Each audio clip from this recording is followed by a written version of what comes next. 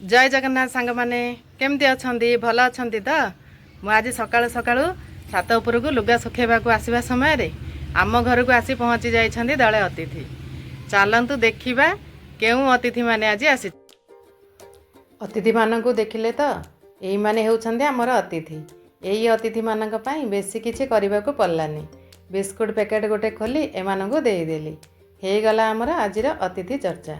आम धर्म रे अछि अतिथि देव भव से मनीष हेउ कि माकड़। आपण माने भी जदि पशुपक्षी जीवजंतु को भल पाती ताहले लाइक आउ शेयर करी कमेंट रे जय जगन्नाथ लिखि दियंतु। आउ हाँ चैनल को जदि नुआ आछंती ताहले सब्सक्राइब करि नियंतु। किछि लोक कुकुर माकड़ को देखिले पत्थर छाड़ी दियंती। पशु हेले मध्य एमाने मध्य जीव एमाने मध्य स्नेह श्रद्धा आशा करती। आमे जदि मनीष होई एमिति करिबा ताहले पशु आउ आम भितरे फरक कौन।